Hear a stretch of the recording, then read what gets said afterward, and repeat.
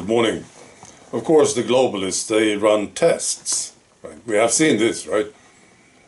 It's very much like a TV network. When they want to introduce a new show, first they do a pilot. And they show it to a test audience and see the reaction. And if the reaction is good, they do the show, right? It's very practical. This is how the globalists operate. And the last test was huge, and I'm sure about this. They are very, very happy with the result. I think they are high-fiving each other. You know, Bill Gates and the Rockefellers and all these guys. Maybe they have a board, you know, or they write down the result. There were actually two tests. The first one was, let's see if we can make people take something they know nothing about, right? And then they write it down. They say, okay, we got 80% in this country. That's pretty good. And they cheer about Gibraltar. Gibraltar, we had 99%. Took it. High five, you know. And then, of course, it was another test, too, at the same time. They wanted to see if they could restrict people's lives without much opposition.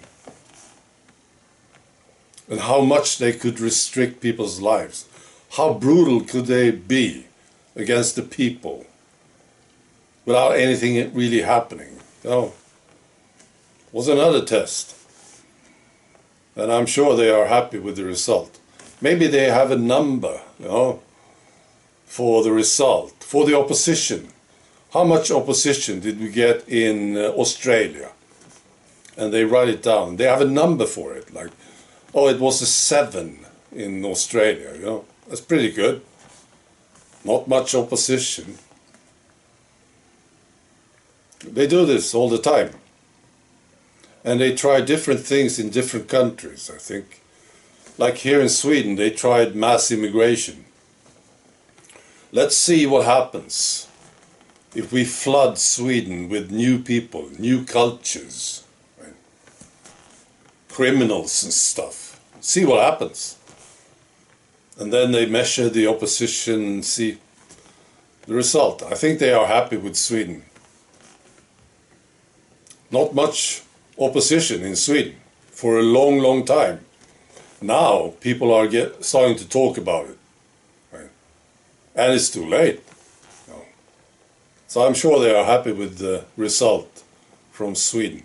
I think maybe Canada is another one of these countries where they try things. Because I think maybe because they have this asshole Justin Trudeau as PM, it's easy to do it. Maybe, I don't know. Because I heard this. Health Canada, I'm not so sure about this, but I think it's true. Health Canada is pushing to stop nutrients, supplements, you know, vitamins, minerals. Stop it. You can't get it anywhere if you live in Canada. Wow.